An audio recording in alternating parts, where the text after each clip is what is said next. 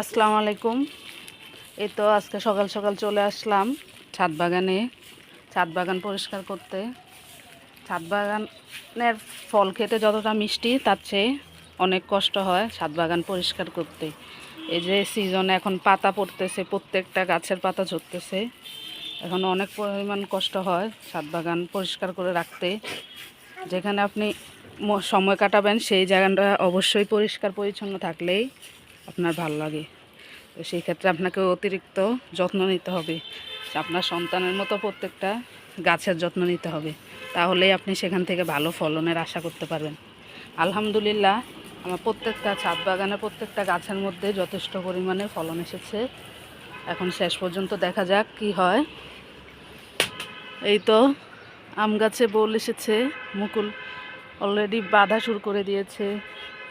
এই তো প্রত্যেকটা মরিচ গাছে আমার এবার ফলন এসেছে আলহামদুলিল্লাহ। এই তো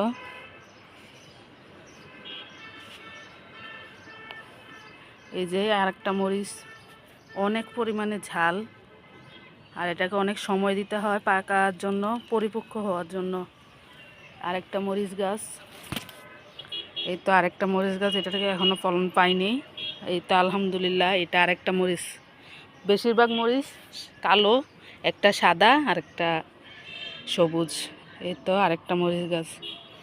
আলহামদুলিল্লাহ, প্রত্যেকটা মরিচ গাছ থেকে অনেক ফলন এসেছে। তার সাথে আছে বাড়ির চাহিদা পূরণ করার জন্য বেগুন গাছ, অনেকগুলো বেগুন গাছ আছে আলহামদুলিল্লাহ, অনেক ভালো। রমজানে এখনও আলহামদুলিল্লাহ বেগুন কিনে খেতে হয়নি। বাজারে যেই পরিমাণ দাম বেগুনের, সেই তুলনায় একদিনও বেগুন কেনার প্রয়োজন পড়েনি। এই তো আরেকটা আম গাছ, এটাতেও অলরেডি মুকুল বাঁধা শুরু করে দিয়েছে। এই তো কারি পাতা ফুলের এই বিচিটা কি কোনো কাজে লাগে কিনা কেউ জানলে জানাবেন। ফুলটার এত গন্ধ, আপনার মন ভরাতে এটার গন্ধ আপনি বারবার নিতে ইচ্ছে করবে। আর একটা পেয়ারা গাছের পাতা পড়ে যাওয়ার পর এখন আবার নতুন পাতা গজাচ্ছে। এই তো মেহেদি পাতা, এটা অনেক পুরনো লেবু গাছ, কিন্তু যাতে এখনও ফলন পাইনি, মায়া লাগে সেজন্য। আর আজ চলুন আপনাদের সাথে আরেকটা জিনিস শেয়ার করি। এই তো আমার ক্যাপসিকাম গাছ, আলহামদুলিল্লাহ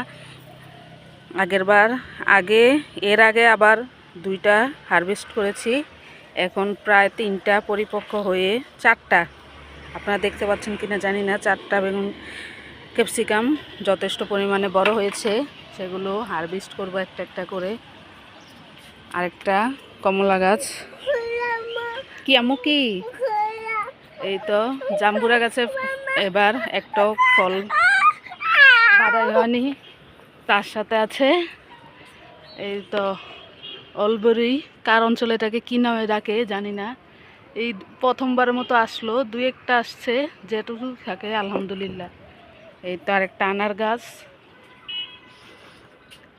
ফুল আসতে শুরু হয়েছে নতুন পাতার সাথে।